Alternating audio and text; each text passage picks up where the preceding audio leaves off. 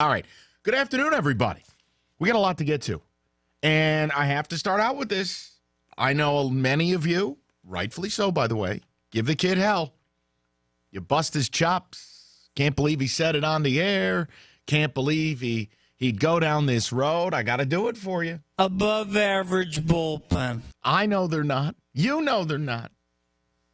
Looking good, man. They're looking good. But got to be happy. Above average bullpen. Look, 5-1 on a homestand. They're playing good ball.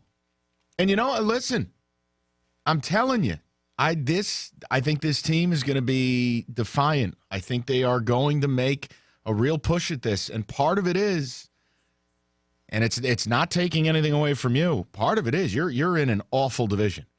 I don't buy Kansas City as an above 500 team, and I think Minnesota and the White Sox could, at the end of the year, be two of the 4 or 5 worst teams in baseball. And you're going to beat up on these teams. Minnesota, the whole team should be sent to AAA. And you're doing what needs to be done. You're beating them. And you're going to get, your 40 games against these two, and you're going to get the Royals. And, yeah, you have Cleveland. Cleveland's going to be a bear. But this team's just grinding along. No JD. You're not getting much from Miggy, but you're pitching. And you're getting a above average bullpen. That bullpen today, by the way, 3 innings pitched, 0 hits, 2 strikeouts, 3 walks, 0 earned runs, and 1 save. They did a nice job today. I can't make fun of you. I think we're going to let this play out. For your own sanity, I hope it works out. For the people in the city, I hope it works out. It'll mean the Tigers are a pretty damn good ball club. Well, I have no other choice but to embrace the above-average bullpen line right you now. ain't escaping it now. I wanted to bring this up, though, because baseball is not where we start the day-to-day. In the Free Press, article titled, Ken Holland's Vision for Red Wings at Odds with Fans. And there are certain times in our day, and Hatchet's going to get all jealous, there are certain times in the day where, man, I'll tell you, does Sully just bring up something, and it is juicy. It's a good one. It's one where David's going to stop eating his lunch right now and shake his head and go, David will have that approval. He's like the father of the group. Well, the article, I'm going to read you an excerpt because Sully brought up a question. I think it's fabulous, and it's where I wanted to start today's program. Holland's vision for Red Wings at odds with fans. Whether the organization believes that Holland is a long-term answer doesn't matter at the moment. What matters is the vision for this summer. If you listen to Holland on Tuesday, the view is a little fuzzy. Not about what kind of team he should build, but what sort of team fans expect. Holland doesn't want to start over. Plenty of fans do. What if you tank and it doesn't work, he asked. I'll leave that alone for a minute. That's possible, but overpaying for average free agents and extending the contracts of players who don't make a difference hasn't worked either. So here's the question. With the Wings, there's a disconnect here. The fan base is disconnected from the team. I think more fans than not want to rebuild. You can't say all. You can't say unilaterally. But confidently, you could say far more people don't want Kenny Holland here than do, and far more people want to rebuild than don't. Okay, let's just work under that premise. So here was Sully's little gem that he took out of this, and he deserves credit. This is a really solid way to start the show today. What team in this city are fans the most disconnected from? You out there in listener land, what team in your city? We're one of the cities that has 4 teams. What team in this city are you the most disconnected from? And when I mean disconnected, it doesn't mean that you're a hockey fan who hates basketball, therefore Pistons.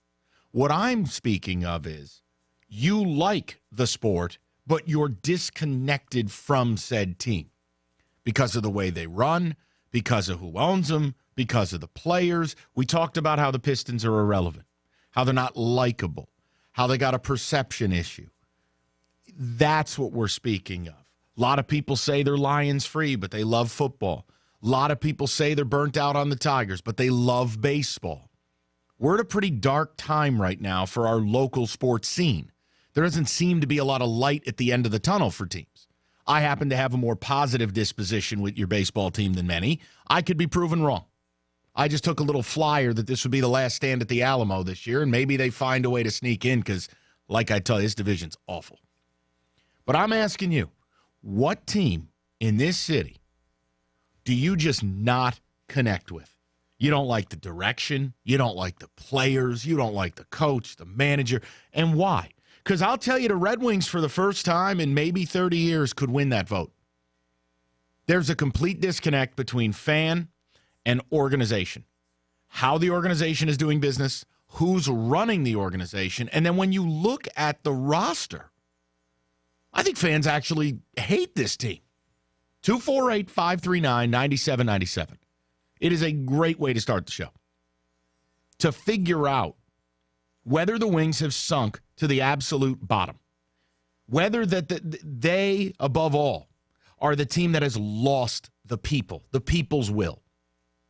I think right now, more people are going to hop on the Lion bandwagon than ever. Because in a city that is we don't have any light at the end of the tunnel, the Lions might be closest to the light. But maybe you're a Tiger fan. You don't connect with your baseball team anymore. I want to get inside that because to me, it's a very strange time here. This is a city that does a pretty damn good job winning championships, being relevant in something. Maybe it was the Wings who carried it for too long. Maybe it was the Pistons doing what the NFL team should have done. But at one time or another, there was light. There was a 10-year period you thought your baseball team could win a championship. There was a 25-year period for 18 of the years you thought the Wings could win a cup. There was light. There was belief. There's no belief right now. So which team is the furthest away from your mind, your emotion, your belief system? I'd argue it's the Red Wings. I don't think any self-respecting Red Wing fan can connect, identify, or endorse what this team is doing, what they're saying, and who they've put in charge and kept in charge to run it. 248-539-9797.